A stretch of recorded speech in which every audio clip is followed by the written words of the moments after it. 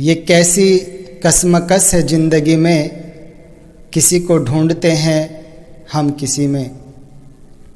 कि इंसान खुदा को तो ढूंढ रहा है, खुदा को देखना तो चाह रहा है, सोचता है मुझे खुदा कहीं दिख जाए, लेकिन अफसोस है कि वो इस खुदा से खुदा को देखने की कला नहीं मांगता है, देखने का नज़रिया नहीं मांगता है। इसलिए अभी तक इंसान की और खुदा के बीच की जो दूरी है, तो वो दूरी ज्यों की त्यों बनी हुई है। संत महात्मा तो अपना काम कर रहे हैं और इंसान को समझाने के लिए महात्मा बहुत से उदाहरण भी देते रहते हैं कि इंसान भक्ति का आनंद ले सके, सब्र के साथ इस जीवन को जी सके। एक बार एक थिएटर में एक शॉर्ट फिल्म दिखाई गई, तो जब फिल्म शुरू हुई तो सामने स्क्रीन पर केवल एक सफ़ेद रंग का पंखा दिख रहा था और आसपास कोई भी हलचल नहीं थी, सिर्फ रुका हुआ एक सफ़ेद रंग का पंखा था। और ये दृश्य करीब 6 मिनट तक चला तो लोग आपत्ति जताने लगे, कुछ लोग शिकायत भी करने लगे और कुछ लोग तो उठकर ही जाने लगे। और 6 मिनट के बाद सीन का कैमरा उस पंखे से नीचे आता है तो वहाँ एक बेड था जिस पे एक अपाहिज बच्चा लेटा हुआ था और वो बस ऊपर की ओर ही देख रहा होता है, क्योंकि उसकी रीढ़ की हड्डी में फ्रैक्चर की वजह से वो हिल डुल भी नहीं सकता था। और फिर पीछे से एक आवाज़ आती है कि अभी आप सभी को इस शॉर्ट फिल्म में मात्र 6 मिनट तक एक ही दृश्य लगातार दिखाया गया और उन 6 मिनटों में ही कई लोग चिल्लाने लगे, वो अपना धैर्य नहीं रख पाए और कई लोग तो उठकर भी जाने लगे। लेकिन दूसरी तरफ वो एक बच्चा है जो पैरालाइज है और वो अपने जीवन के ज़्यादातर घंटे बस इसी दृश्य को ही देखता रहता है, क्योंकि वो हिल डुल नहीं सकता है।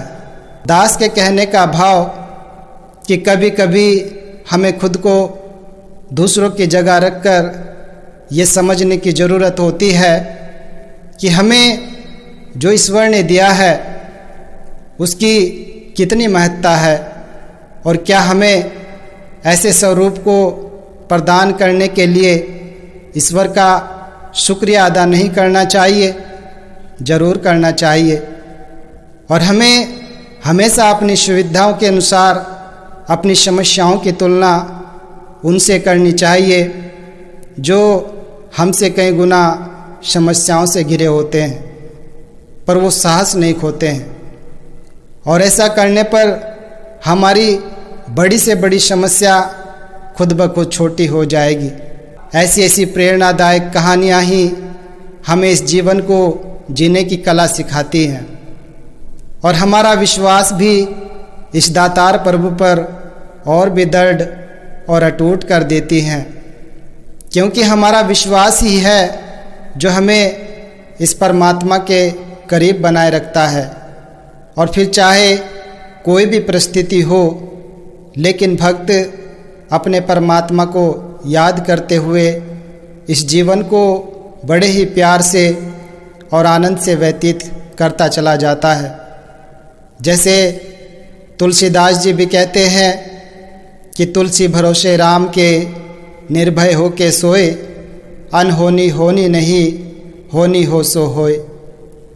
तो इस दोहे के माध्यम से तुलसीदास भी इंसान को यही बता रहे हैं, अर्थात समझाने का प्रयास कर रहे हैं कि जिनका भरोसा अपने दातार प्रभु पर होता है या जिनका विश्वास अपने ईश्वर पर टिका हुआ होता है, तो फिर उसे भय किस बात का, उसे डर किस बात का। वो तो फिर इस जीवन को एक भय मुक्त होकर जीता चला जाता है, क्योंकि जिनका भरोसा इस दातार पर, इस परमात्मा पर हो जाता है, तो उसे ये मालूम होता है कि जो भी ये दातार परमात्मा कर रहा है या करेगा, तो वो किसी न किसी रूप में मेरे लिए अच्छा ही होगा, क्योंकि दातार कभी गलत कर ही नहीं सकता है। भला जो पूरी दुनिया को चलाने वाला है और जिसके ऊपर पूरी दुनिया की जिम्मेदारी हो, तो क्या वो कभी गलत कर सकता है? नहीं। तो यही विश्वास एक संत का, एक भक्त का अपने दातार पर, इस प्रभु परमात्मा पर होता है। और जिनका विश्वास इस दातार प्रभु परमात्मा पर अटल हो जाता है, तो वो संत, वो भक्त फिर निर्भय हो जाता है। उसे किसी बात का भय नहीं रहता है। और जिसे किसी बात का भय ना हो, किसी बात का डर ना हो, तो फिर वही सुखी रहता है और वही आनंदित भी रहता है। अर्थात कहने का भाव, अगर वास्तविकता में हमारे मन का नाता इस एक प्रभु परमात्मा से जुड़ जाता है, तो फिर हमारे मनों के सारे भ्रम दूर हो जाते हैं, हमारे मन से सारे भेद समाप्त हो जाते हैं, हमारे मन में विशालता आती चली जाती है, और फिर हमारा एक एक पल, एक एक क्षण सुंदर और सुकून भरा हो जाता है। दास तो बस एक ही बात कहना चाहता है कि पिता एक है, परमात्मा एक है, कुम्हार एक है। और इस एक कुम्हार ने बस अनेकों प्रकार के बर्तन बना डाले हैं। जैसे कहा भी गया है कि माटी एक, अनेक भांति कर साजी साजन हारे, और बुरा भला कहूँ किष्णु कहिए, सगले जिए तुम्हारे। अर्थात माटी तो एक है, बस इससे, इस प्रभु परमात्मा के द्वारा अनेक प्रकार की भांति, यानी अनेक प्रकार की आकृतियाँ बनाई गई हैं। लेकिन वास्तव में देखा जाए तो ये कुम्हार भी एक है और ये मिट्टी भी एक है। तो इसी एक को ही हमने जानना है और इसी एक की ही हमें भक्ति भी करनी है। कहने का भाव, इस पूरे संसार का और तीनों लोकों का एक ही सर्जनहार है और एक ही पालनहार है।